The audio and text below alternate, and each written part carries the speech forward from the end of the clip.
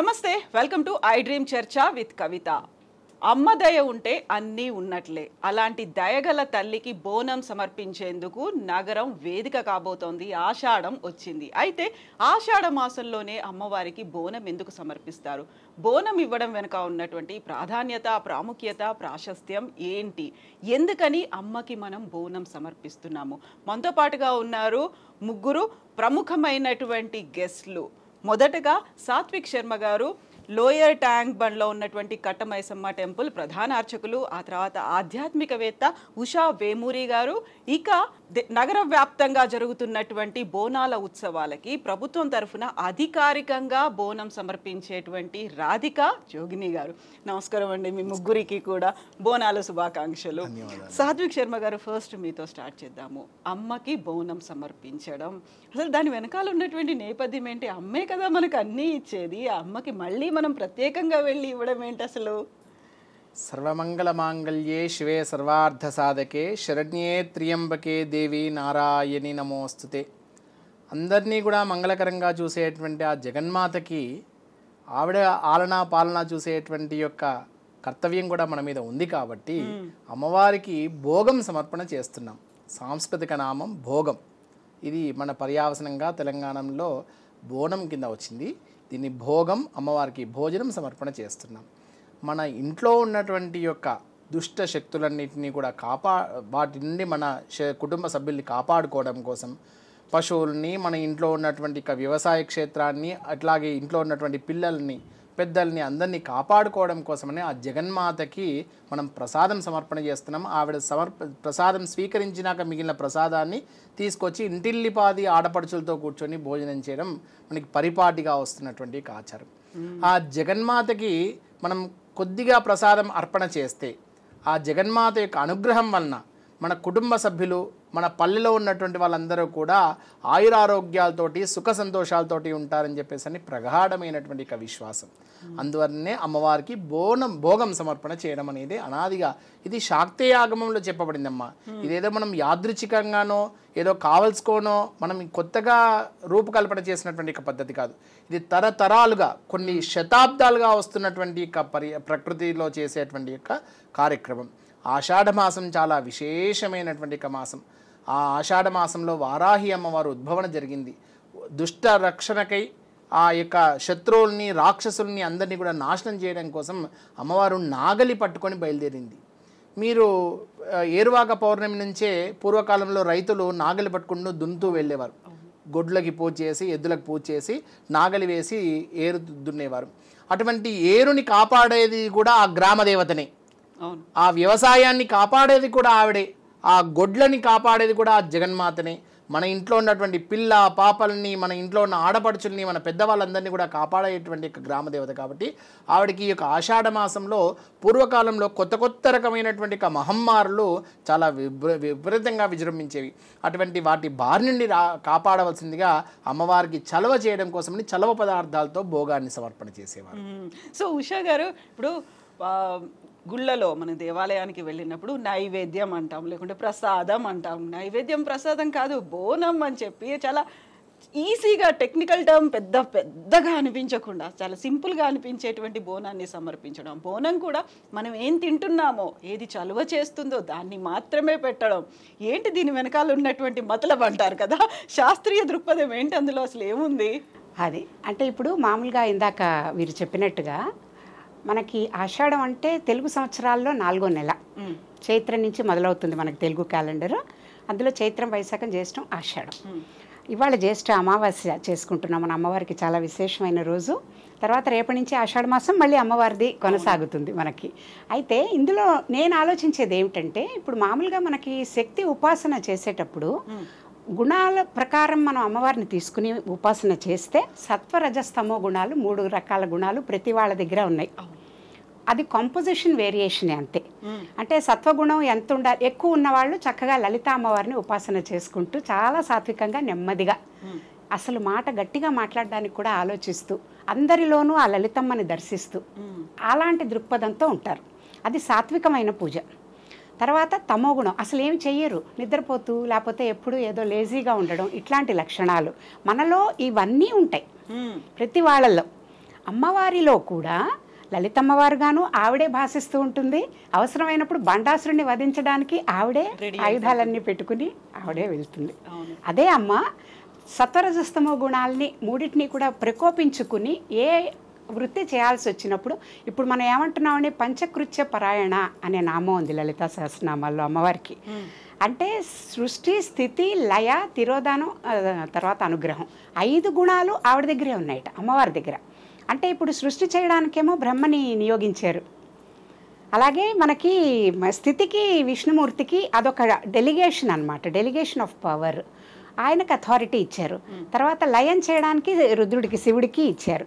ఈ మూడింటిని మళ్ళీ తర్వాత అమ్మవారు వీటన్నిటికంటే పైన ఉన్నది ఏమిటి, ఆవిడ మళ్ళీ కావాలనుకున్నప్పుడు తిరోధానం, మళ్ళీ అనుగ్రహం. మొత్తం ప్రళయం వచ్చినప్పుడు అన్నీ తీసేయడం, మళ్ళీ ఇదొద్దు అనుకున్నప్పుడు మళ్ళీ కొత్తగా సృష్టి చేయడం. అక్కడి నుంచి ఇవన్నీ కూడా అమ్మవారి చేతిలో ఉన్నాయి. మొత్తం విశ్వ జనని పరాశక్తి ఎవరైతే ఉన్నారో. సో ఇప్పుడు మనం కూడా ఏం చేస్తున్నాం, ఈ కారణాల వల్ల మనకి ప్రకృతిలో సంభవించే మార్పులు ఏదైతే ఉన్నాయో ఈ లక్షణాలన్నిటికీ తగినట్టుగా ఆ ప్రకృతిలో ఇప్పుడు ఎండాకాలం వచ్చిన నీరంతా శరీరానికి అస్సలు మంచిది కాదు. లోపల ఉష్ణం ప్రకోపించి మనకి శరీరం అంతా కూడా వేడెక్కిపోయి ఉంటుంది.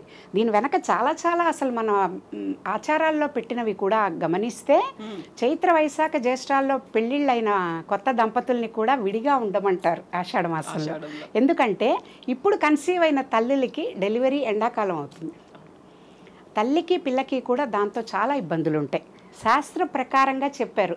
అందుకని వాళ్ళని వేరే పెట్టమన్నారు. కొత్త కోడళ్ళు పుట్టింటికి వెళ్ళిపోవాలి, అత్తవారింట్లో ఉండకూడదు. దానికి చెప్పింది ఏంటంటే అత్త కోడలు ఒకే ఇంట్లో అదే అన్నారు. ఎందుకంటే ఒకప్పుడు ఎలా ఉండేది, అత్తవారితో పాటు కోడలు వాళ్ళ ఇంట్లో ఉండేది. సో అత్తగారు కోడలు అన్నారు. కానీ అసలు చేయాల్సింది ఏమిటంటే వ్యవసాయ సంబంధమైన కుటుంబాలు మనవి పూర్వకాలం నుంచి. అందరూ పనిపాటలు కలిసి చేసుకుంటారు ఇంట్లో వాళ్ళందరూ. భార్య, భర్త, తల్లి, తమ్ముడు, అమ్మ, నాన్న అందరూ కలిసి పొలం పనులకు వెళ్తారు. అలా ఉన్నప్పుడు ఆ పిల్ల కూడా అక్కడే ఉండడము, అందరూ కలిసి ఓ దగ్గర ఉండడము. ఇంకోటి ముఖ్యంగా మనం సామాజికంగా ఆలోచించుకున్నప్పుడు ఏమి అనిపిస్తుందంటే, ఇప్పుడు మనకి అప్పుడే పెళ్ళయి అందరినీ వదిలిపెట్టేసి వచ్చి పెళ్లి వల్ల ఎక్కువ మార్పులు కలిగేది ఎవరికండి? ఆడపిల్లకే. మగవాడికి ఏమీ మార్పు ఉండదు, వాళ్ళ ఇంట్లో తను ఉంటాడు. అమ్మాయి కొత్త ప్రదేశం నుంచి వచ్చి వాళ్ళ ఇంట్లో ఉంటుంది. వాళ్ళ పుట్టిన వాళ్ళని వదిలేయడము, అందరినీ ఇంట్లో కల్చరు, మొత్తం ఫ్యామిలీ బ్యాక్గ్రౌండ్ అన్నిటినీ వదిలిపెట్టి కొత్త ప్రదేశానికి వచ్చి తన అలవాటు పడుతుంది. అప్పుడే పెళ్ళిళ్ళయి ఆ 2-3 నెలల నుంచి పెళ్ళిళ్ళయి వచ్చాక న్యాచురలీ ఎలా ఉంటుంది ఆ అమ్మాయికి, అమ్మ వాళ్ళ దగ్గరికి వెళ్ళి ఎన్ని రోజులైంది, ఇక్కడ కొత్త ప్రదేశం, కొత్త వాళ్ళు, ఇవి రెండూ ఆలోచించి శాస్త్రం ఏం పెట్టిందంటే మనకి రూలు, అమ్మాయిని పుట్టింటికి పంపిస్తే మొన్ననే అంతా హడావిడయి వచ్చిన అమ్మాయికి మళ్ళీ కొంచెం ఒకసారి వాళ్ళ అమ్మని కలుసుకుని చక్కగా తన కొంచెం డిస్ట్రెస్ అయ్యే అవకాశం. రెండోది ఇక్కడ వీళ్ళకు కూడా సైంటిఫిక్గా భార్య భర్తకి ఏదైతే మనం ఈ టైంలో కలవకూడదు అని చెప్పామో ఆ సెల్ఫ్ కంట్రోల్కి వాళ్ళకి ఎంకరేజ్ చేసే విధంగా వాళ్ళని పుట్టింటికి పంపించడం అనేది వచ్చింది అప్పుడు. ఇప్పుడు మరి అది ఎంతవరకు ఎలా మనం దాన్ని అన్వయించుకోవాలో మనమే విఘ్నతతో ఆలోచించుకోవాలి. ఎందుకంటే అత్తగారు కాదు మెయిన్ అక్కడ ఇష్యూ, అత్తగారు కోడలు ఉండడం కోసం కాదు. ఇప్పుడు న్యూక్లియర్ ఫ్యామిలీస్లో ఎవరి కుటుంబాల్లో వాళ్ళు ఉంటున్నారు. కానీ మనకి ఇట్లా చేసినందువల్ల ఇప్పుడు వీరు చెప్పినట్టుగా ఏదైతే మన నైవేద్యాలు అవన్నీ అమ్మకి మనం పెడతామని అనుకుంటున్నామో రేపటి నుంచి, అవన్నీ చలవ చేసేవి అని అనుకున్నాం కదా. ఇందాక మనం అనుకున్నట్టు ఈ వేడి కలిగించే నీరు, తర్వాత ఎండాకాలం మనకి వచ్చే అమితమైన ఉష్ణం ఏదైతే ఉందో వాటన్నిటి నుంచి వచ్చే పొంగు, ఆటలమ్మ, అమ్మవారు, ఇట్లాంటివన్నీ కూడా పిల్లలకి మనకు ఆ టైంలో మనకి ఉగాదప్పుడు ఒకసారి మనం ఇలాగే చేస్తాం, నైవేద్యాలు అవన్నీ చేసి చద్ది నైవేద్యం అని చెప్పి నైవేద్యం పెట్టి అమ్మవారికి చాకలికి ఇవ్వడం అనే పద్ధతి ఉంది. ఆంధ్ర వైపు ఎక్కువ వచ్చేస్తారు. ఈ ప్రాంతంలో మనం ఇట్లా బోనాలు అని చెప్పేసి మనం ఇప్పుడు చేసుకుంటాం. తర్వాత ఆవిడన్నట్టుగా ఇందాక తర్వాత మనం ఇంకో చోట ఇంకో రకంగా ఉండొచ్చు. ఎవరు చేసినా ఆ విశ్వజననికి, లోకమాతకి, మనందరికీ ఇప్పుడు ఇంట్లో ఒక తల్లి ఎలా అయితే పిల్లల్ని కనిపెట్టుకుని వాళ్ళ ఆరోగ్యం కోసం, వాళ్ళ క్షేమం కోసం ఆలోచిస్తూ ఏం చేయాలో అవి చేస్తుందో, అందుకే తల్లి కూడా పిల్ల ఇంటికి వస్తే వెళ్ళేటప్పుడు చలివిడి పెట్టి పంపిస్తుంది, కడుపు చలువా అని. మామూలు అమ్మే ఇంత ఇదిగా ఆలోచిస్తున్నప్పుడు విశ్వజనని ఆ పరాశక్తి మనకి అంత ఇదిగా ఇంత ఇస్తున్నప్పుడు మనం ఎంతో కృతజ్ఞతగా ఆవిడకి చేసుకునే భావమే ఈ బోనాలు సమర్పణ అని నాకు అనిపిస్తుంది. నిజంగా అమ్మ, రాధిక్ గారు, ఇప్పుడు ఇన్ని మాట్లాడుకున్నప్పటికీ ఎంతమంది ఆడబిడ్డలు తమ కుటుంబ సభ్యులతో అమ్మకి బోనం తీసుకొచ్చినప్పటికీ వెరీ ఫస్ట్ బోనం ఏ అమ్మకైనా తీసుకెళ్లేది మీరు కదా. మీరు ఇచ్చిన తర్వాత మాత్రమే మిగతా అందరూ ఇస్తుంటారు.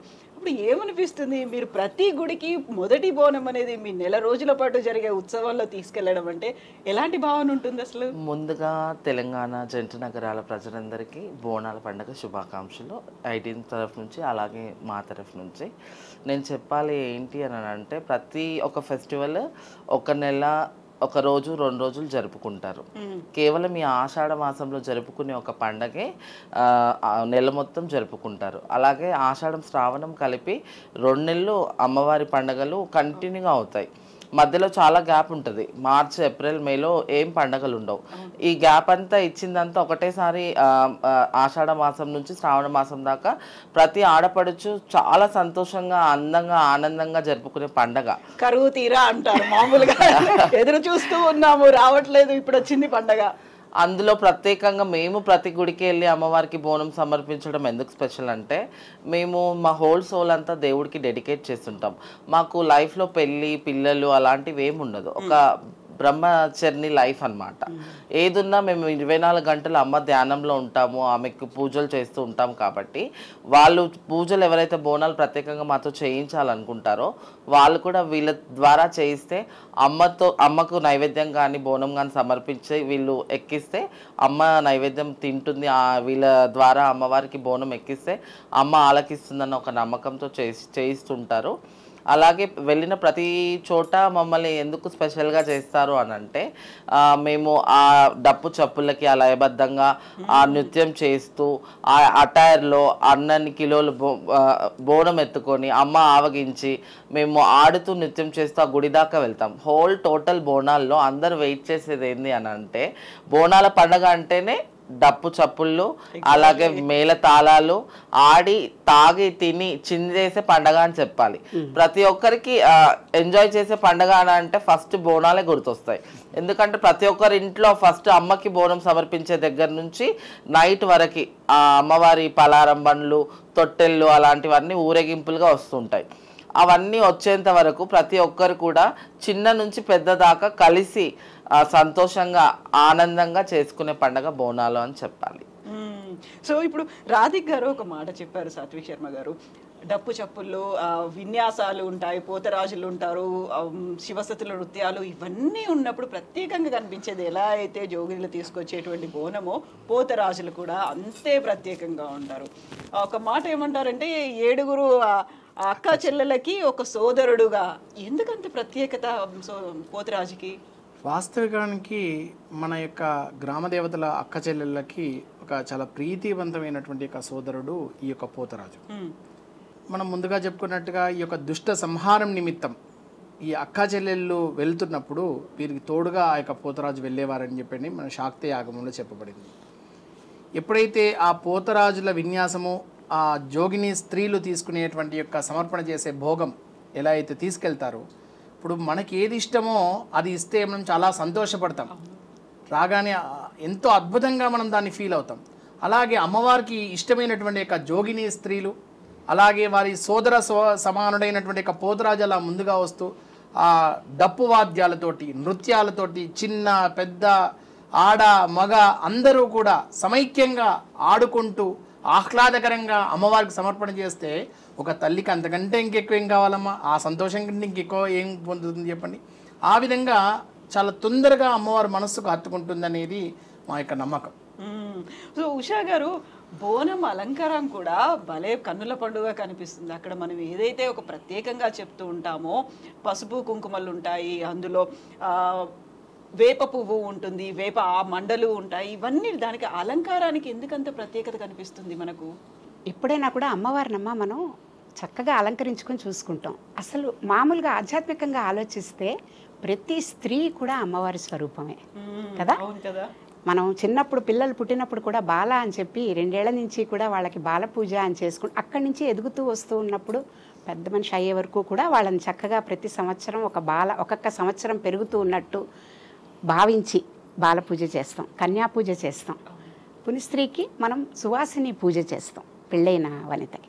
అది ఆ భావన దేనికోసం అని నాకు అనిపిస్తుంది అంటే, ఎందుకు అట్లా పూజ చేస్తాం అంటే మన లోపల ఉన్న శక్తి, శివశక్తి స్వరూపం మనందరం కూడా. ప్రతి వాళ్ళల్లో అంటే మనం అంటారు అసలు అయితే పరమాత్మ తప్ప పురుషుడు ఎవరు లేరు అంటారు మామూలుగా. పురుషులు కూడా మామూలు స్త్రీ స్వరూపాలే, కాకపోతే పరమాత్మ ఒక్కడే పురుషుడు, మిగిలిన అందరూ స్త్రీలు అనే భావన. కానీ ప్రతి వాళ్ళల్లో కూడా సైంటిఫిక్గా చూసినా కూడా మేల్ అండ్ ఫీమేల్ హార్మోన్స్ ఉంటాయి. ఆధ్యాత్మికంగా మనం అది అర్థం చేసుకోవాలి. ఇప్పుడు ఎంతమంది తండ్రులు చాలా కరుణతో చాలా ఆప్యాయంగా పిల్లల్ని మెత్తటి మనసుతో పెంచేవాళ్ళు ఉన్నారు, ఎంతమంది తల్లులు శిక్షించి కఠినంగా ఉండి వదిలిపెట్టి వెళ్ళిపోయే వాళ్ళు ఉన్నారు. వీళ్ళకి మేల్ హార్మోన్స్ ఎక్కువ పనిచేస్తున్నాయి, వాళ్ళకి ఫీమేల్ హార్మోన్స్ ఎక్కువ పనిచేస్తున్నాయి. తల్లి అనే భావన ప్రతి వాళ్ళల్లో ఉంది, పెంచి పోషించేది తల్లి కదా. సో ఇప్పుడు తల్లిగా ఉన్నప్పుడు మనకి ఏంటి, సృష్టిలో మనం ఒక తల్లి ఒక ఆడది స్త్రీ ఉన్నప్పుడు ఎంతో చక్కగా అందంగా అలంకరించుకుని మనం ఎట్లా అందుకే ఏం చెప్తారు చక్కగా పెద్దలు విఘ్నులు కూడా అంటారు, పూజ ఏమైనా చేసుకునేటప్పుడు కూడా ఫస్ట్ మనని మనం అలంకరించుకుని అమ్మవారిని అలంకరణ చేయాలి అని. అంటే ఎప్పుడూ చక్కగా మనం సౌభాగ్యంగా చక్కగా అందంగా ఆనందంగా ఉండాలి. దానికేంటి పసుపు కుంకుమ కూడా చెప్తారు. పసుపు ఏమో శివుడి స్వరూపం అని, కుంకుమ అమ్మవారి స్వరూపం. వాళ్ళిద్దరూ అర్ధనారీశ్వర తత్వం.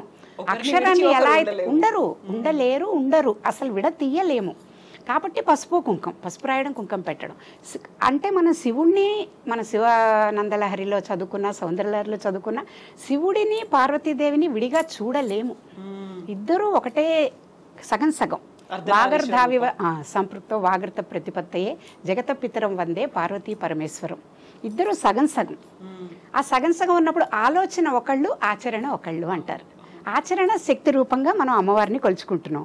సో మనం ఎట్లా అయితే చక్కగా కనిపించి మనకు ఎట్లా మనకు ఇదిగా ఉందో అట్లా. ఇంకోటి ఆలోచిస్తే ప్రపంచం మొత్తం అమ్మవారి సృష్టి అని అనుకుంటే, ఇప్పుడు అష్టాదశ శక్తి పీఠాలని కనుక మనం గుర్తు చేసుకుంటే అమ్మ నడుము ఎక్కడ, అమ్మ కళ్ళు ఎక్కడ, మొత్తం ఇందులో మనకి భారతదేశంలో ప్రతి పార్టు ఒక్కొక్క దగ్గర ఉంది. మనకి ఆ దీనిలో దక్షయజ్ఞం అప్పుడు పడి కదా 18 అదేమిటి అదంతా కలుపుకుంటే మనం అమ్మ మొత్తం విశ్వం అంతా వ్యాపించి ఉంది. ఆవిడ కంచికి వెళ్తే మనకు అసలు ఒకలాంటి చాలా ఆధ్యాత్మికమైన ఫీలింగ్. అమ్మవారి నాభిస్థానం కంచి. అట్లా అమ్మవారికి ప్రతి చోట ఒక్కొక్క స్థానం ఉంది. సో నాభిస్థానం అమ్మవారి ఇంత మొత్తం ఇంత ఉన్న తల్లికి ఎట్లా అలంకరించుకుంటాం, చక్కటి వడ్డాణం పెడదాం నడుం దగ్గర. అమ్మవారు ఇంత చక్కటి విశాల కళ్యాణి అని చదువుతారు సౌందర్యలహరిలో అమ్మవారి శ్లోకం. ఇంత విశాలమైన నయనాలు ఎందుకు, ప్రపంచవ్యాప్తంగా అంతటినీ కూడా చూసి అందరినీ క్షేమం కోరుతోంది కాబట్టి ఆ కళ్ళకి చక్కగా కాటికి పెడదాం. చక్కగా అమ్మవారికి శివుడికి 3వ కన్ను ఉన్నట్టే ఇక్కడ అమ్మవారికి కూడా 3వ కన్ను ఉంటుంది అంటారు. దీని దగ్గర ఏం చేయాలి, చక్కటి అమ్మవారికి నామం దిద్దుదాం కుంకంతో. తర్వాత సూర్యుడు చంద్రుడు పెడదాం, ఎందుకంటే ఆ రెండు అమ్మవారికి 2 కళ్ళు, సూర్యుడు చంద్రుడు. ఇట్లా భావన చేసుకుంటూ సృష్టిలో ఉన్న ప్రతి దాన్ని భావన చేసుకుంటూ అమ్మవారిని అలంకరించేటప్పుడు అలా అలంకరించామనుకోండి ఎంత ఆనందం. అసలు మనం వరలక్ష్మి వ్రతం అప్పుడు, ఈ బోనాలప్పుడు, ఇలాంటప్పుడు అమ్మవారి పూజలప్పుడు చూస్తే ఆ అలంకరించిన తల్లి ఆనందం, అసలు ఆవిడకి భోజనం అక్కర్లా ఆ రోజు. మా అమ్మవారు ఎంత బాగుంది, అమ్మవారు ఎంత బాగుంది, ఎంత బాగా కుదిరింది ఇవాళ, కనుముక్కు తీరు, చక్కగా పూలమాలలు, ఆ చీర, అన్ని అన్ని ఆభరణాలు ఆవిడకి పెట్టి చూసి ఆనందపడే తరుణం.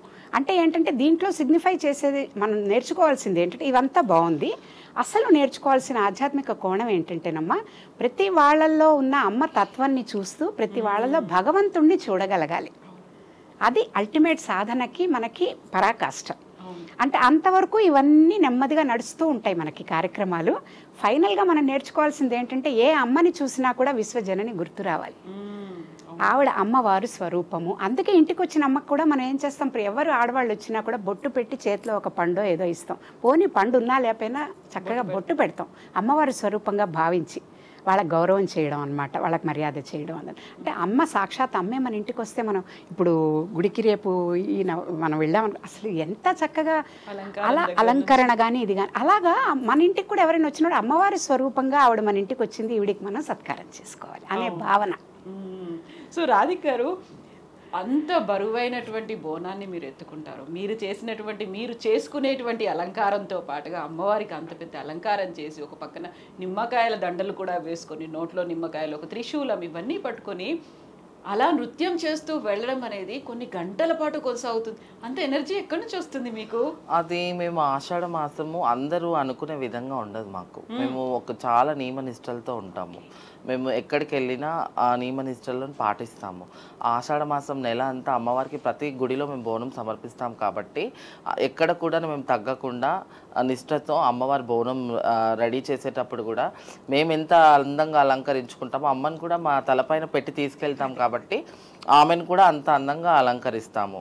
అమ్మను అలంకరించడం అంటే ఒక స్త్రీ రూపాన్ని, ఒక శక్తి రూపాన్ని, అలాగే ఆ అమ్మని మనము చక్కగా అలంకరించి ఆ పూలమాలలు అవన్నీ వేసి అమ్మవారికి బోనం పసుపు కుంకుమతో ఆ వేప కొమ్మలతో ఎక్కడ కూడా మేము కాంప్రమైజ్ కాకుండా, అందులో చిన్నది కూడా పెట్టారు, చాలా నిలువెత్తు ఉండేది కూడా మీరు నెత్తిన పెట్టుకుని కనీసం పట్టుకోకుండా చేసేటువంటి ఆ నృత్యాలు అసలు ఎక్కడ కూడా కాంప్రమైజ్ కాకుండా మేము ఆ అమ్మవారు ఇది పూజలు వస్తుంది ఆషాఢ మాసం అంటే ఒక నెల ముందు నుంచే అమ్మవారికి కావాల్సినవన్నీ మేము తెచ్చుకొని సమకూర్చుకుంటూ ఉంటాం. అలాగే నెల తరబడి మా ఇంట్లో కూడా గుడులు అవన్నీ ఉంటాయి కాబట్టి మేము అమ్మవారికి కూడా అన్ని పూజలు చేస్తూ ఎక్కడికి వెళ్ళినా కూడా ఒక పద్ధతిగా ఒక నియమ నిష్టలతో ఎవరింటికి వెళ్ళినా కానీ మేము భోజనం అవన్నీ చేయకుండా ఒక పద్ధతిగా మేము మా చేతితోనే వండుకొని తినడము, ఎక్కడికంటే అక్కడికి వెళ్ళి బయట ఫుడ్ అదంతా తీసుకోకుండా కొన్ని నిష్టలు మేము పాటిస్తాం కాబట్టి ఆ బోనం ఎత్తుకున్నప్పుడు ఆ పవర్ అనేది ఒక అమ్మ పవర్ అనేది మా ఒంటి మీదకి వచ్చి మేము అది ఎలా బ్యాలెన్సింగ్ గా తీసుకెళ్తామో మాకు కూడా తెలీదు. ఆ బోనం తలపైన పెట్టినంత వరకే మాకు గుర్తుంటది. ఆ తలపైన పెట్టిన తర్వాత డప్పు చప్పుళ్ళు ఆ ఒగ్గు బృందాలు వాళ్ళందరూ మమ్మల్ని అమ్మ ఆవగించేలాగా ఆ సౌండ్స్ అన్ని చేస్తారు. ఆ పూనకం మా ఒంటిపైకి రాగానే మేము ఆ బోనం ఎలా గుడి వరకు తీసుకెళ్తామో కూడా మాకు అసలు ఆ అమ్మ పవర్ తోనే వెళ్ళిపోతాం మేము టెంపుల్ వరకు. సో ఈ పండగలో అమ్మవారికి మేము ఎంత నిష్టగా ఉంటామో ప్రతి ఒక్కరు కూడా మా నిష్టను చూసి మాతో చేయించుకోవాలి. వీళ్ళు ఏదైనా ప్రత్యేకంగా అమ్మవారి పూజలు చేసేటప్పుడు ప్రతి ఒక్కటి ఎక్కడ కూడా మేము బోనం వండేటప్పుడు కూడా నోటికి బట్ట కట్టుకొని ఆ తుప్పిళ్ళు కూడా అందులో పడకుండా అట్లా నిష్టగా చేస్తామన్నమాట.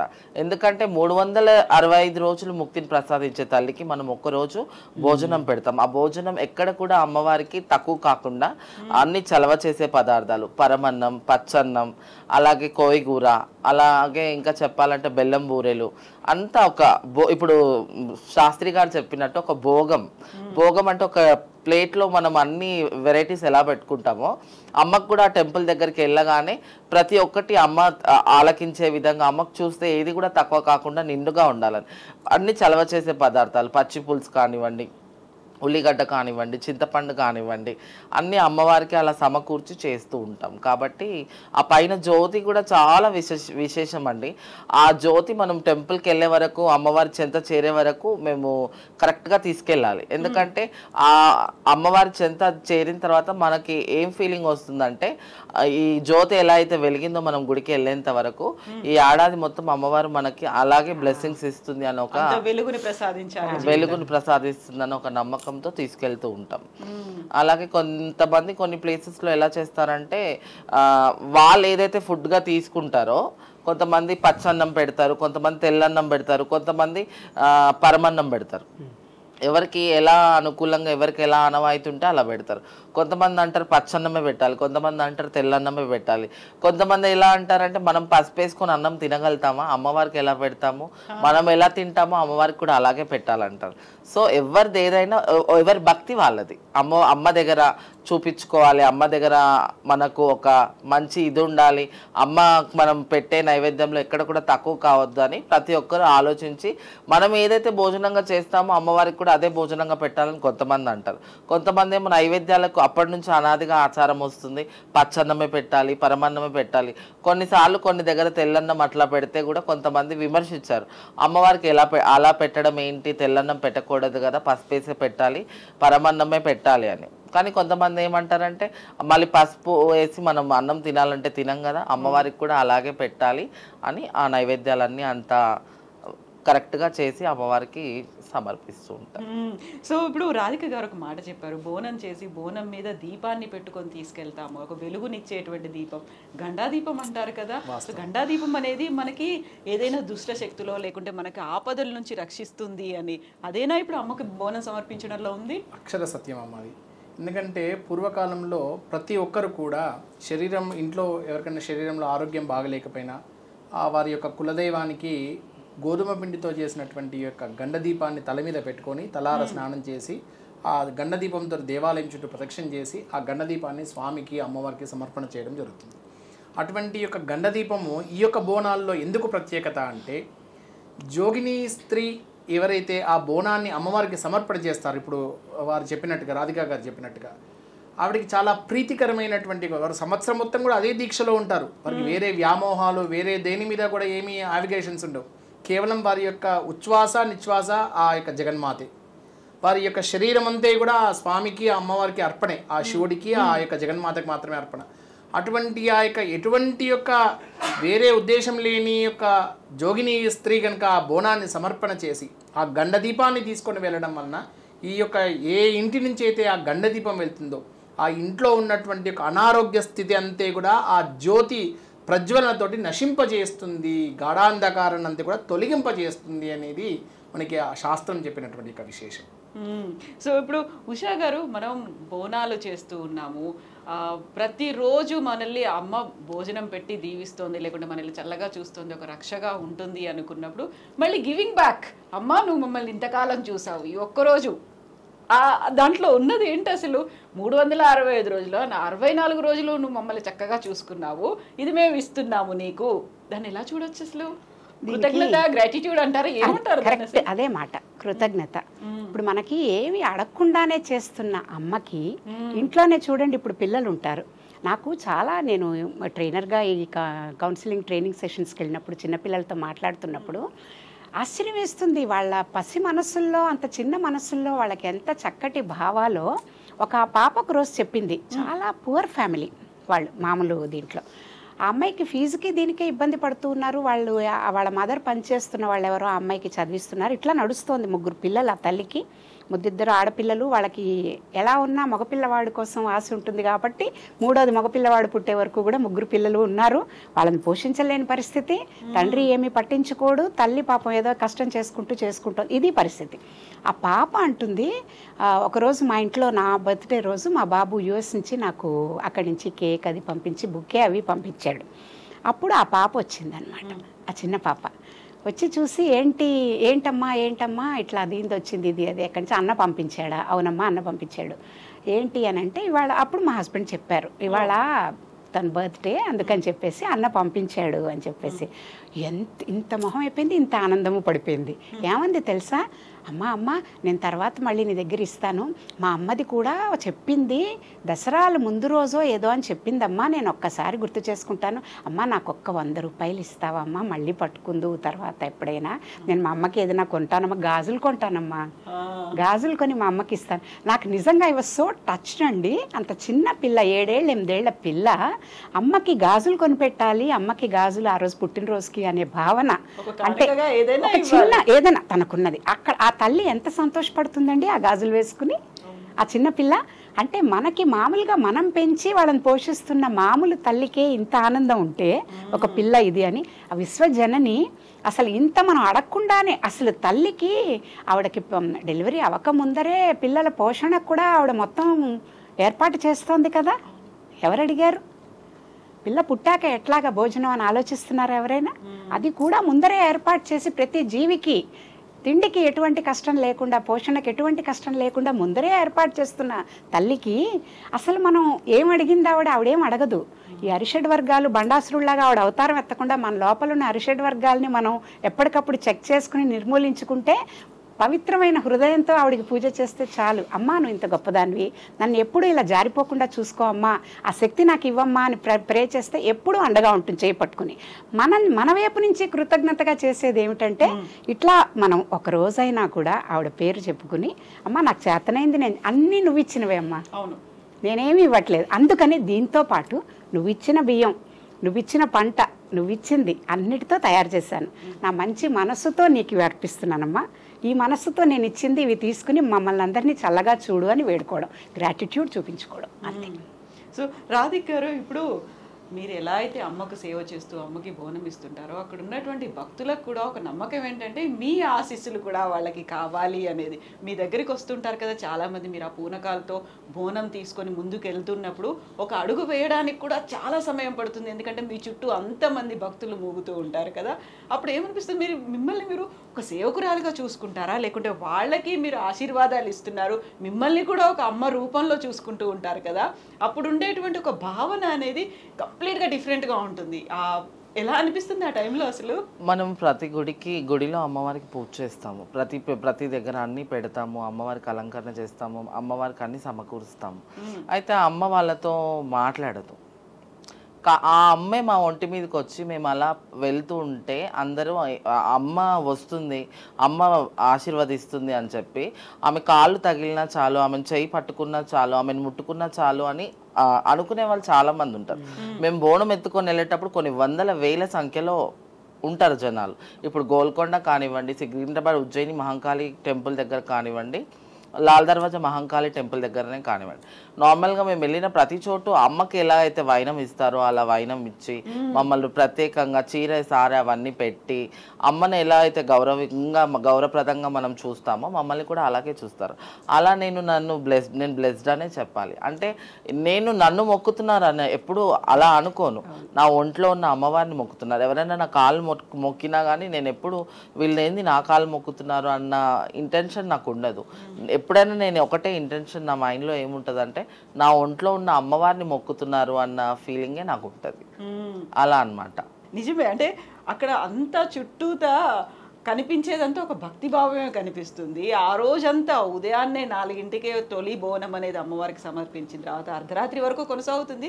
నెక్స్ట్ డే మరీ ఇంకొక ప్రక్రియ కనిపిస్తుంది. కానీ కొన్ని ప్లేసెస్ లో ఎలా ఉంటుంది అంటే కొన్ని విలేజెస్ లో అవి క్యాస్ట్ ఫీలింగ్స్ అవి ఉంటాయి.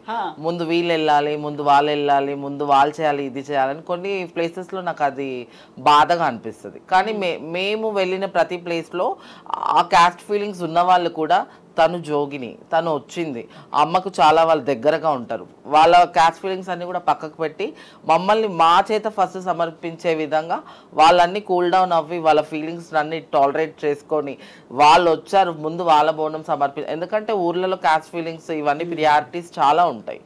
కొన్ని ప్లేసెస్లో తక్కువ కులం వాళ్ళని గుడిమెట్లు కూడా ఎక్కనివ్వరు. అలాంటివన్నీ కొన్ని పూర్వంలో బాగా జరిగేవి.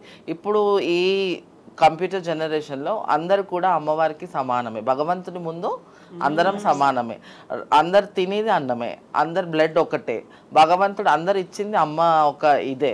కాబట్టి నేనేమంటానంటే ఎప్పుడైనా దేవుడు భగవంతుడి ముందు అందరం సమానమే. కాబట్టి ఎవరు బోనం ఎలా సమర్పించినా కానీ అమ్మ ఆలకిస్తుంది. నువ్వు గొప్పగా తీసుకెళ్ళినా అమ్మ తీసుకుంటుంది, నువ్వు మామూలుగా తీసుకెళ్ళినా అమ్మ తీసుకుంటుంది. ఏదైనా అమ్మకు మనము ఇవ్వాలనుకుంటే అమ్మ మనస్ఫూర్తిగా స్వీకరిస్తుంది. వీళ్ళు వాళ్ళు అనేది ఇవన్నీ మనకు ఉంటాయి.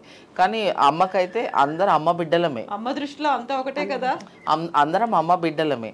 అందులో ప్రత్యేకంగా మాతోనే ఎందుకు ఇప్పించాలి అని అనుకుంటారంటే వాళ్ళకి ఒక నమ్మకం ఏముంటది అని అంటే వెళ్ళిన ప్రతి చోట వాళ్ళు ఎలా అంటే ఒక స్పెషల్గా వాళ్ళని ట్రీట్ చేస్తూ ఉంటారు అనమాట. ఆమె బోనం చేస్తుంది, నేను వెళ్ళగానే నా చుట్టుపక్కల అందరూ వచ్చేసి ఆమె అలా చేస్తుంది, ఆమె ఇలా చేస్తుంది, ఆమె వస్తే అలా ఉండాలి. మేము ఎవరింటికి వెళ్ళినా కానీ వాళ్ళ ఇల్లు దగ్గర నుంచి శుద్ధి చేసుకుంటారు, వాళ్ళ కడప అలంకరించుకుంటారు, వాళ్ళ గుడిలో దీపాలు అవన్నీ పెట్టుకుంటారు. ఒక అమ్మవారు ఇంటికి వస్తే ఎలా చేస్తారో తోరణాలు అవి పెట్టుకుంటారు, అవన్నీ చేస్తారనమాట. మనం వెళ్ళగానే కూడా శుద్ధి ఉన్న ప్లేసెస్లోనే కూర్చోబెడుతూ ఉంటారనమాట.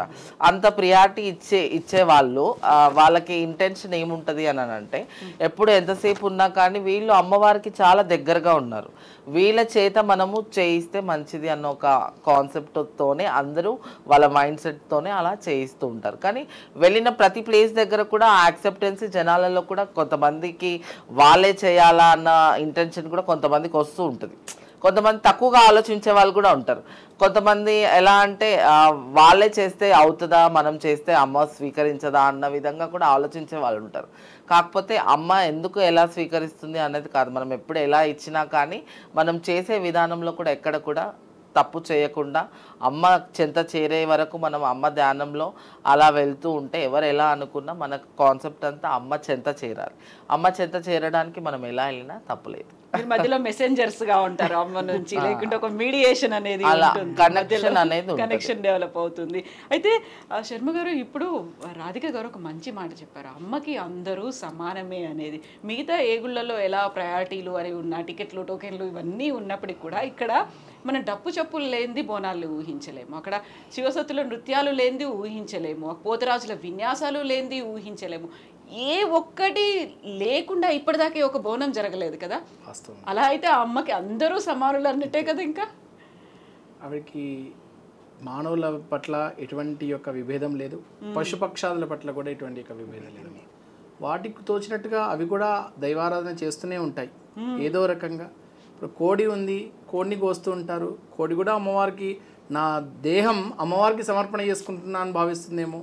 ఒక మేకను కోస్తారు, ఆ మేక కూడా అనుకుంటుందేమో నేను అమ్మవారికే సమర్పణ అవుతున్నాను అని చెప్పేసి అని. అంటే అవి కూడా వారి యొక్క శరీరాన్ని అమ్మవారికి సమర్పణ చేస్తున్నట్టుగానే కదా. అమ్మవారికి ఆ జగన్మాతకు ఏ విభేదము లేదమ్మా. పేద ధనిక గొప్ప చిన్న అనేటువంటి ఎటువంటి యొక్క తారతమ్యం లేకుండానే అమ్మవారు మన భక్తుల దగ్గర అందరి దగ్గర నుంచి స్వీకరిస్తూ ఉంటుంది. సో ఉషా గారు, ఇక్కడ ప్రత్యేకంగా బోనాల్లో కనిపించేది అమ్మవారికి సోదరుడు పోతరాజు అనుకున్నప్పుడు పోతరాజు చేతిలో ఉన్నటువంటి వీరకోలు అనేది ఉంటుంది. దాంతో కనుక ఒకసారి కొడితే మనకు రక్ష లభిస్తుంది అనేటువంటి ఒక నమ్మకం ఉంటుంది కదా. ఆ వీరకోలు చేతితో ఒక దెబ్బ తినాలి అనేది అక్కడ చుట్టూ తిరిగే వాళ్ళు ఎంత ఆవేశంగా అమ్మ రక్షణ కోసం వాళ్ళు బయలుదేరుతూ ఉంటారో, ఆ వీరకోలతో ఒక దెబ్బ తగలాలి అని చూసేటువంటి భక్తులు కూడా ఉంటారు కదా. ఆ నమ్మకం ఏంటి అసలు? మనకి ఒక రక్ష అనేది వస్తుంది, అమ్మ రక్ష ఉంటుంది, అమ్మ సోదరుడి రక్ష కూడా ఉంటుంది అనే భావన ఏంటి అసలు? అంటే ఇప్పుడు మామూలుగా మనం సెల్ఫ్ రెగ్యులేషన్ ఉండి సెల్ఫ్ కంట్రోల్ ఉన్న వాళ్ళకి ఎక్స్టర్నల్ ఇది అవసరం ఉండదు. కానీ మనం ఏంటంటే ఒక భగవంతుడు చూస్తున్నాడు, కాన్షియస్ రూపంలో మనకు ఒక తప్పు జరుగుతున్నప్పుడు ఒకటి చూస్తున్నాడు అనే భావన ఉన్నప్పుడు అది అలవాటు చేసుకుంటే తప్పు ఎవడు చేయడు కదా. ఇప్పుడు మామూలుగా మనం ఏంటంటే వ్యావహారికంగా మనం ప్రవర్తిస్తున్నప్పుడు మనతో చాలా పొరపాట్లు తప్పులు అవుతూ ఉంటుంటాయి. చిన్నవి అవ్వచ్చు, తెలిసి తెలియక చేయొచ్చు. కానీ నా భావన అంటే నాకు ఈ ప్రొసీజర్ గురించి పోతరాజు డీటెయిల్స్లోకి నాకు తెలియకపోయినా ఇప్పుడు మీరు అన్న దీన్ని బట్టి నా భావన ఏం చెప్తానంటే, ఒక మేనమామలాగా అన్నారు కదా మీరు, తల్లికి సోదరుడు అన్నారు. ఇంట్లో మేనమామ ఎలా ఉంటాడండి? మేనల్లుళ్ళ మీద లేకపోతే మిగతా ఆకచెల్లెళ్ల మీద ఒక సోదరుడు ఉన్నాడంటే ప్రొటెక్టర్, ఒక ప్రొటెక్టివ్ నేచర్తో అంగరక్షకుడుగా ఉంటాడు. రెండోది ఏమైనా పొరపాట్లు చేసినప్పుడు ముందు నాన్న గమనించినప్పుడు మందలిస్తాడు, ఇది తప్పు నువ్వు చేస్తున్నదని చెప్తాడు. అలా పోషించే రోల్ తను తీసుకుంటున్నాడేమో అని నాకు అనిపించింది. అంటే ఏంటంటే వీళ్ళు కూడా ఎందుకు అలా అనుకుంటారంటే, అమ్మయ్య నేను చేసిన తప్పుతో నాకేదో పాపాలు వచ్చేవేమో, ఇప్పుడు నేను ఈ దండన తీసుకున్నందువల్ల నేను విముక్తున్నయ్యాను, నాకు ఒక ఇది దొరికింది అని ఒక స్వాంతన, అంటే ఇంటర్నల్గా గిల్ట్ లేకుండా ఉండేందుకు ఒక భావనేమో అనిపిస్తుందమ్మా. అంటే నాకు దీని గురించి ఎక్కువ నేను కరెక్ట్గా చెప్పానో లేదో నాకు తెలియదు, కానీ అంటే మామూలుగా ఆలోచించి చెప్పాను నేను. మానవ వీటితో చూసినవి ఒక మేనమామ ఎలా అయితే ప్రవర్తిస్తాడో నేను చాలా ఫ్యామిలీస్లో చూశాను. వాళ్ళు మేనకోడళ్ళని మేనల్లుళ్ళని ఒక మేనమామ ఎంత చక్కగా ప్రొటెక్టివ్గా, వాళ్ళు డబ్బు తీయక్కర్లేదు ప్రతిదానికి, ఒక మంచి మార్గంలో పెట్టడం ఏంటి, అండగా నిలబడడం అయితే ఏంటి, కష్టం సుఖం కలిగినప్పుడు ఓదార్పుకైతే ఏంటి, వాళ్ళకు ఒక పెద్ద కొండలాగా ధైర్యం, ఆ రోల్ ప్లే చేస్తాడు అనుకుంటున్నాను. తల్లి తర్వాత అట్లా అన్నమాట, తండ్రి తర్వాత అట్లా మేనమామ అని, అందుకని అలా చేస్తున్నారేమో అనిపిస్తుందమ్మా. ఇంకోటి కూడా, మనం కాశీ వెళ్ళినా కూడా ఇప్పుడు రిలేట్ చేసుకుంటే నాకు జ్ఞాపకం వచ్చిన విషయం, మనం అక్కడికి వెళ్తే కూడా మనకు అక్కడ కాలభైరవ టెంపుల్లో వాళ్ళు దండిస్తారు, అందరూ వంగి దండి కొట్టించుకుని వస్తాం. యాదాద్రి టెంపుల్, యాదగిరి గుట్టలో కూడా అవును, అక్కడ మామూలుగా వెళ్ళి మనం డబ్బులు కట్టి కొట్టించుకుని వచ్చి చేతికి రక్ష కట్టించుకుని వస్తాం. అంటే ఇంకా అక్కడ చేసినవన్నీ కూడా శివుడి దగ్గర అక్కడ మనం వదిలేసి వచ్చేసాం. ఆయన క్షేత్రపాలకుడుగా, లేకపోతే అక్కడ చూసుకుంటున్న పాపాలన్నింటినీ కూడా మనని నిర్మూలించేందుకు ఆయన ఉన్నాడు అని. ఇంకా తర్వాత మనకు నిజంగానే కాశీలో వదిలేసి వస్తే మనకు ఎలా ఇది అనిపిస్తుంది, ఏదో ఒక లైట్ ఫీలింగ్ అనమాట. అమ్మ మనం ప్యూరిఫై అయిపోయాం చక్కగా, ఏదో పాపం అనేది కడిగేసుకున్నాం అనే ఒక భావన. అది రాధికారు, ఇప్పుడు ఆషాఢ మాసంలో నగరం అంతా జరిగే ఈ దేవాలయాల్లో ప్రతి చోట బోనాలకు వెళ్తారు, ఆ తర్వాత శ్రావణ మాసం వెళ్తారు, ఆ తర్వాత వేములవాడలో జరిగేటువంటి కళ్యాణానికి కూడా మీరే అక్షింతలు తీసుకొని వెళ్తూ ఉంటారు కదా. ఒకసారి అనిపిస్తూ ఉంటుంది, ఏ దైవ కార్యమైనా మీరు లేకుండా జరగదేమో అనిపిస్తూ ఉంటుంది కదా. అదే అండి, ప్రతి ఒక్క చోట ముందు మొట్టమొదటిగా మనము చెప్పాలంటే గోల్కొండ నుంచి స్టార్ట్ అవుతుంది. గోల్కొండలో బోనం ఎక్కించే దగ్గర నుంచి స్టార్ట్ చేస్తే సికింద్రాబాద్ కానివ్వండి, అలాగే లాల్ దర్వాజా మహాంకాళి టెంపుల్ కానివ్వండి, ప్రతి ఒక్క చోట 4 వారాలు 4 చోట్ల, అలాగే ఫోర్త్ వీక్ అయితే ప్రతి ఒక్క టెంపుల్ దగ్గర అవుతుంది. ప్రతి టెంపుల్ దగ్గర కొన్ని ప్లేసెస్లో అయితే మాకు టైం ఉండదు, ఆ రోజు ఒక్కరోజు 10 టెంపుల్స్కి కూడా వెళ్ళాల్సి వస్తుంది. ఎందుకంటే ప్రియారిటీ, వాళ్ళ జనాలు మనల్ని అంతా సెల్ఫ్ రెస్పెక్ట్ చేసి పిలిచినప్పుడు కంపల్సరీ పోవాల్సి వస్తుంది. సో మమ్మల్ని ప్రత్యేకంగా అట్లా అదేమంటారు ప్రతి ప్లేస్లో పిలుస్తారు కాబట్టి కంపల్సరీగా మేము కూడా వెళ్ళాల్సి వస్తుంది. అలాగే నేను ఏమంటున్నానంటే తలంబ్రాలు ఇవ్వడానికి కూడా ఎందుకు మేమంటే అది కూడా ఆనవాయితీ, ఇప్పుడు అప్పుడు వస్తుంది కాదు, అది కొన్ని ఇయర్స్ నుంచి జోగినిలే వేములవాడలో ప్రతి ఒక్క గుడిలో సీతారాముల వారి కళ్యాణం అవుతుంది శ్రీరామనవమికి. ఒక్క వేములవాడలనే శివ కళ్యాణం అవుతుంది. శివ కళ్యాణం అయితే కంపల్సరీ అర్ధనారీశ్వరుల రూపం మాది కాబట్టి ఆ జోగినీలు తప్పకుండా అక్కడ తలంబ్రాలు సమర్పించి కొన్ని ఇయర్స్ నుంచి వచ్చే ఆనవాయితీ. సో ఇప్పుడు మనం శర్మ గారు కేవలం అమ్మ గురించి మాట్లాడుకున్నాం. అమ్మే కాదు, అర్ధనారీశ్వర రూపం అన్ని రూపాల్లో కూడా ప్రత్యేకతలు అనేవి ఉంటాయి. స్వామి ఉంటుంది, అమ్మవారు ఉంటారు. అమ్మ మనకు కొంచెం ఏదైనా స్వామి దగ్గర నుంచి కావాలి అనుకుంటే అమ్మ రికమెండేషన్ కూడా కావాలని వెళ్ళిపోతాం కదా. సో ఇప్పుడు కేవలం అమ్మకి మాత్రమే పూజ జరగట్లేదు, అక్కడ స్వామి వారికి కూడా నివేదించుకోవడానికి అమ్మని ఒక మీడియేషన్గా యూస్ చేసుకోవడం, అంతేనా? అంతే, వాస్తవం. సో ఈ పద్ధతులు ఇవన్నీ కూడా మనకు తరతరాలుగా వస్తున్నప్పటికీ ఏమన్నా మీరు మార్పులు చేర్పులు ఏమైనా గమనించారా? గతంలో మీరు ఒక మాట చెప్పారు, బలులు అనేవి అయ్యేవి అని, అది ఇప్పుడు పద్ధతికి తగ్గట్టుగా లేదు కాబట్టి దాన్ని మార్చుకున్నా, అలా ఇంకేమైనా మారాయి? అసలు అదొక్కటే మారిందమ్మా, మిగతా ఏది కూడా మారలేదు. బోనాల సాంప్రదాయంలో మొదటి రోజు అమ్మవారికి బోనం ఏ విధంగా అయితే సమర్పణ చేస్తారో, రెండవ రోజు నాడు జరిగేటువంటి యొక్క కార్యక్రమాలలో అమ్మవారిని రక్తాక్షి అలంకరణగా మారుస్తారు. ప్రతి దేవాలయంలో జరిగేటువంటి యొక్క బోనాల ఉత్సవాలలో రెండవ రోజు అమ్మవారిని రక్తాక్షి అమ్మవారుగా అలంకరణ చేస్తారు. అంటే అమ్మవారు చాలా ఉగ్రంగా ఉండి చాలా విపరీతమైనటువంటి యొక్క రాక్షస సంహారతత్వాన్ని ఆవిడ ఆవాహన చేసుకునే విధంగా ఉంటుంది. దాంట్లో ఘటోత్సవాలని, ఘటాన్ని ఊరేగింపుగా తీసుకొని రావడం, ఘటంలో సాకగా కల్లును పోయడం, కళ్ళు అనేది గౌడ కులస్తులకు సంబంధించినటువంటిది, తీసుకొచ్చే ఘటం కుమ్మరి సంఘం కుమ్మరి కమ్యూనిటీ నుంచి వచ్చినటువంటిది. అలాగే వారి యొక్క సాంప్రదాయానుసారంగా అక్కడి నుంచి ఘటం తీసుకొని వచ్చి అమ్మవారికి ఊరేగింపుగా తీసుకొచ్చి ఈ యొక్క గీతాలతోటి, వాయిద్యాలతోటి, నృత్యాలతోటి ఆ ఘటోత్సవాన్ని అమ్మవారికి సమర్పణ చేసి, తర్వాత గంగ తెప్పోత్సవం అని పూర్వకాలంలో ఈ యొక్క గ్రామదేవతలన్నీ కూడా ఊరి శివార్లలో ఉండేవి చెరువుల దగ్గర. అటువంటి చెరువులలో ఉండేటువంటి గంగా అమ్మవారు కూడా ఎటువంటి యొక్క ఉధృతాన్ని కలగ చేయకుండా ఉండడం కోసం, ఎటువంటి ఇబ్బంది కలగకుండా ఉండడం కోసం, సస్యశ్యామలంగా ఉంచడం కోసం అమ్మవారికి కూడా గంగ తెప్పోత్సవం చేసేవారు.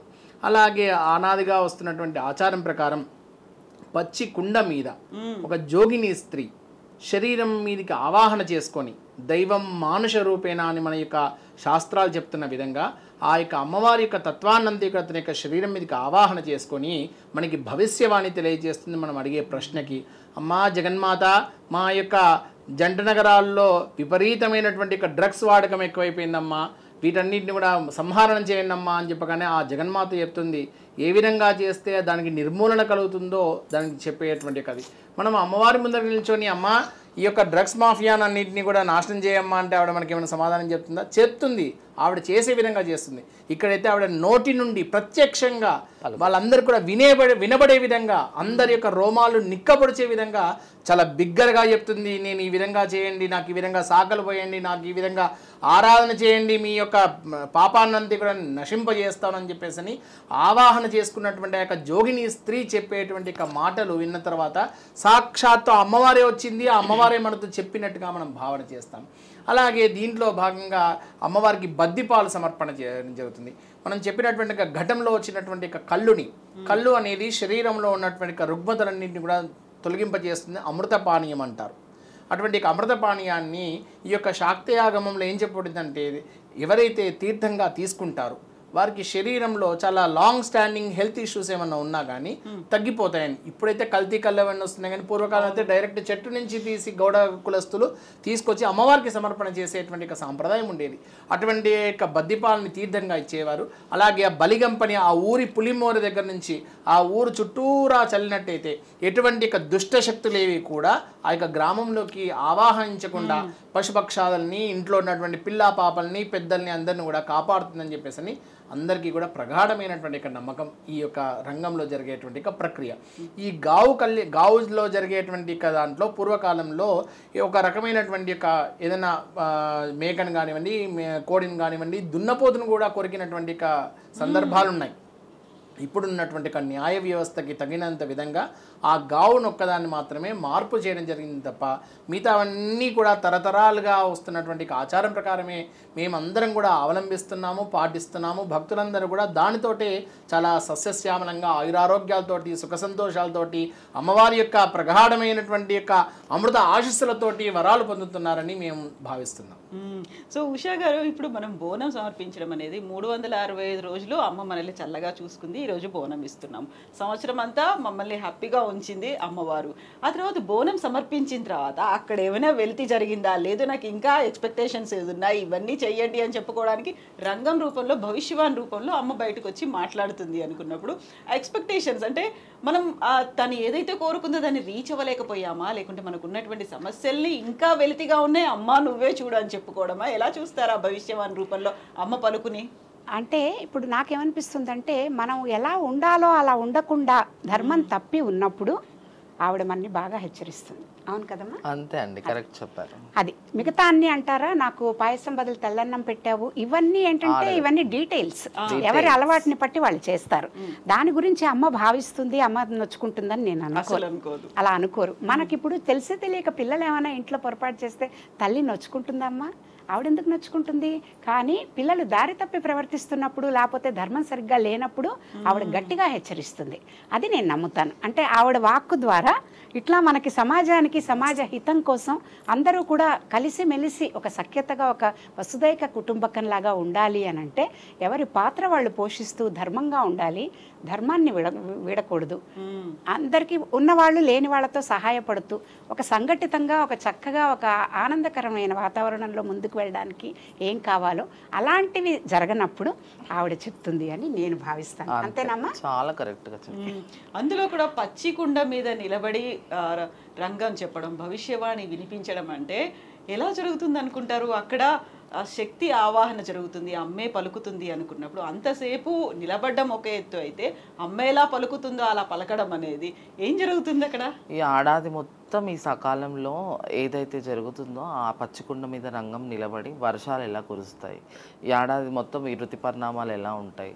అప్పట్లో మనం ఫ్లూస్ బారిన అవన్నీ పడ్డాం, అన్ని రకాల ఏమంటారు వ్యాధుల బారిన పడ్డప్పుడు అమ్మ వచ్చి ఇప్పుడు ఇవి మనం చేసే బోనాలు దాంట్లో కూడా పసుపు అంటే యాంటీబయోటిక్. ప్రతి ఒక్క దాంట్లో ఒక రీజన్ లేనిది మనం ఏ ఫెస్టివల్ చేయము. ఎస్పెషల్లీ మన తెలంగాణ వాళ్ళం ఇన్ని పండుగలు జరుపుకుంటున్నామంటే ప్రతి ఒక్క దానికి ఒక రీజన్ ఉంటుంది. అలాగే మనం యాంటీబయోటిక్ కానివ్వండి, వేపాకులు కూడా అది కూడా ఒక రోగ నివారణ. అలాగే అమ్మ ఒంటిపైకి వాళ్ళ మీదకి వచ్చి చెప్పేటప్పుడు ఎలా హెచ్చరిస్తుందో అది వాళ్ళు నెక్స్ట్ ఇయర్ అది జరగకుండా చూసుకుంటే ఈ ఇయర్ అమ్మవారికి పూజలు సక్రమంగా జరిగాయా లేదా, అమ్మ సంతోషంగా ఉందా లేదా, అమ్మకి ఏమైనా తక్కువ అయిందా అని ఆ రంగం ద్వారా ఆ అమ్మ ఒంటిపైకి ఎవరైతే ఆ జోగిని పైన ఆవహిస్తుందో ఆ జోగిని చెప్పే ఒక 4 వాక్యాల కోసం మొత్తం ప్రపంచం అంటే ఇక్కడ ఈ ట్విన్ సిటీస్ అన్నీ ఎవరైతే మనం భక్తి భావనతో పూజ చేస్తామో వాళ్ళందరూ ఎదురు చూస్తారు. చూసి ఆ అమ్మవారు ఎప్పుడైతే ఆ 4 పలుకులు చెప్తుందో అప్పుడే వాళ్ళకు జాతర ఎలా జరిగింది అన్న ఒక క్లారిటీ అనేది వస్తుంది. కాబట్టి ఆ రంగానికి చాలా విశిష్టత ఉంది. ఆ రంగం ఎక్కే వాళ్ళు కూడా అంతే విశిష్టత ఉంటారు.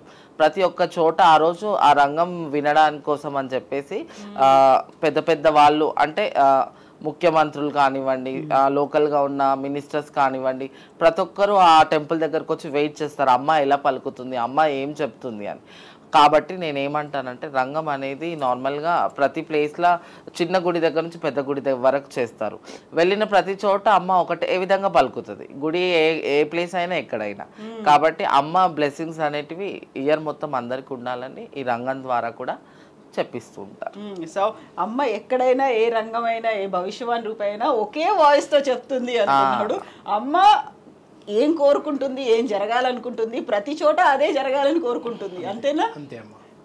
దీంతో పాటుగా జరిగేటువంటి ఘటాల ఊరేగింపు, ఇప్పుడు మనకి మొత్తం బోనాల ముగింపు ఉత్సవంలో ఓల్డ్ సిటీ నుంచి ఘటోత్సవం అనేది జరుగుతుంది కదా, ఆ తర్వాత పలహార బండ్లి ఊరేగింపులు అనేవి అవుతుంటాయి. ఇవన్నిట్లో ఉన్నటువంటి నేపథ్యం ఏంటి అసలు? పలహార బండ్లలో విశేషం ఏంటంటే అమ్మా, మనము అమ్మవారికి మొక్కు ఉంటారు, అమ్మ నాకు సంతానాన్ని ఇవ్వు, నీకు 7 మేడల తొట్టెల సమర్పణ చేస్తానని చెప్పేసి. 7 మేడల తొట్టెల అంటే 7 అంతస్తులో ఉన్నటువంటి పూల తొట్టెలు కావచ్చు, కాగితాలతో చేసినటువంటి తొట్టెలు కావచ్చు, ఒక ఊరేగింపుగా ఆ గొర్రెపోతులని వాహనంగా చేసి దాంట్లో అమ్మవారికి ఇష్టమైనటువంటి పదార్థాలన్నీ కూడా సమర్పణ చేసి ఆ దారివైపు వెళ్ళుచు ఎక్కడైతే మనం పలహార బండి ప్రారంభం చేస్తామో, ఎక్కడైతే మనం దేవాలయంలో అమ్మవారి సమర్పణ చేస్తామో వెళ్ళే వరకు కూడా చాలామంది పిల్ల పెద్దలు అందరూ కూడా ఉంటారు. అక్కడ రకరకాలైనటువంటి ఆ పలహారాలన్నింటినీ కూడా పంచుకుంటూ అందరికీ కూడా డిస్ట్రిబ్యూట్ చేసుకుంటూ ఆ దేవాలయానికి వెళ్ళడం, దాని యొక్క పేరు అలా పలహార బండిగా వచ్చింది. తొట్టెల సమర్పణ అనేది అమ్మవారికి జరిగేటువంటి ప్రధానమైనటువంటి ప్రక్రియ. అమ్మవారికి సమర్పణ చేయడం, మనం అమ్మ మొక్కుంటాం కదమ్మా, మనము ఒంటి నిండా ఆభరణాలు మొత్తం హుండీలు వేస్తాం స్వామి అని చెప్పేసి మనం ఏ విధంగా అయితే మొక్కుంటామో అమ్మవారికి 7 మేడల తొట్టెల సమర్పణ చేస్తా అనేటువంటి మొక్కు ఉన్నటువంటి భక్తులు, లేదా 14 మేడల తొట్టెల సమర్పణ చేస్తా అనేటువంటి భక్తులు చాలామంది ఉంటారు. కాబట్టి వారి యొక్క మొక్కులు తీర్చుకోవడం కోసం చేసేటువంటి అది పలహార బండు. ఉషా గారు, ఇప్పుడు మామూలుగా ఎక్కడైనా ఏమైనా అవకతవకలు జరిగాయి, అమ్మాయిల మీద అఘాయిత్యాలు ఇవన్నీ జరిగినప్పుడు వినిపించేటువంటి ఒక మాట, అమ్మవార్లను పూజిస్తూ ఉంటారు, అమ్మవార్లకి నవరాత్రులు చేస్తుంటారు, అమ్మవారికి బోనాలు బతుకమ్మలు చేస్తూ ఉంటారు. కాకుంటే ఆడపిల్లని మాత్రం వివక్షకి లేకుంటే అక్కడ దాడులు జరుగుతున్నాయి, అఘాయిత్యాలు జరుగుతున్నాయి. ఎందుకని ఇలాంటి విపరీతమైనటువంటి కాంట్రాస్ట్ చూపిస్తుంటారు? అక్కడ కొలిచేది కూడా అమ్మని, అమ్మ అంటే ఒక మహిళ లేకుంటే ఒక ఆడ రూపంగా చూసినప్పుడు అమ్మాయిలను ఎందుకు ఇలా చూస్తున్నారు? సో ఈ బోనాలు బతుకమ్మ నవరాత్రులు వీటి నుంచి నేర్చుకోవాల్సింది ఏముంటుంది సమాజం? అదే మనం ఇందాక అనుకున్నట్టుగా అమ్మవారిని అలంకరణతో మొదలుపెట్టినప్పటి నుంచి కూడా మనం భావన ఏం చేస్తున్నాము, ఆవిడలో ఉన్న దైవత్వాన్ని చూడడానికి అని. ఇంట్లో పెంపకాల్లో కూడా అమ్మ వివక్ష అనేది చిన్నప్పటి నుంచి తల్లిదండ్రులు కూడా చూపించకూడదు. ఆడపిల్లవని ఆమె ప్రత్యేకతలు ఆమెవి, మగపిల్లవాడి ప్రత్యేకతలు. ఇప్పుడు కర్మకాండలు ఆడపిల్ల చేయలేదు, ఈరోజు ఎవరు లేని వాళ్ళు చేస్తున్నారు కొంతమంది వాళ్ళకి. కానీ ఆ కర్మకాండల విధి విధానం అంతా కూడా కొడుకులకు అప్పచెప్పారు. అందుకే పున్నామ నరక నుంచి రక్షించేది కొడుకే అని చెప్పి కొడుకు కోసం అట్లా అంటూ ఉండేవారు. ఆడపిల్లలు ఇంకో ఇంటికి వెళ్ళి వాళ్ళ ఇంటి దీపం వెలిగించి వాళ్ళ వంశాన్ని ఉద్ధరించి ఎంతో చక్కగా ఉంటున్నారు. కాబట్టి ఇద్దరు ముఖ్యమే. ఎందుకంటే ఆలోచన ఆచరణ రెండు, శివశక్తి స్వరూపం రెండు కలిపి ఉంటేనే కంప్లీట్ పిక్చర్ ఉంటుంది హోలిస్టిక్గా. ఇద్దరు ఎవరు ఒకళ్ళు లేకుండా ఉన్నా కూడా అది అవిటిగానే అనిపిస్తుంది మనకి. ఇక్కడ తల్లిదండ్రులు బాధ్యతగా ఏం చెప్పాలంటే, ఎట్లా అయితే మనం అమ్మవారిని ఇప్పుడు ఇంటికి వచ్చినప్పుడు కూడా చిన్నపిల్లలు మగపిల్లలకు వీళ్ళకి కూడా ఏం చెప్పాలి, వాళ్ళలో ఉన్న ఆ భావన, మాతృభావన, తర్వాత ఆ చెల్లెలు అమ్మవారి భావన ఏదైతే వీళ్ళు చూసి బొట్టు పెట్టి అన్నీ గౌరవించడం చేస్తున్నారో చిన్నప్పటి నుంచి వాళ్ళకు కూడా అటువంటి భావన వాళ్ళకి కలిగేటట్టుగా పెంపకాలు ఉండాలి. వాళ్ళు అంటే కొంచెం కొంతమంది ఇళ్లల్లో తక్కువ, అది ఎక్కడి నుంచి వస్తుందమ్మా, తల్లిదండ్రుల్ని బట్టి వస్తుంది.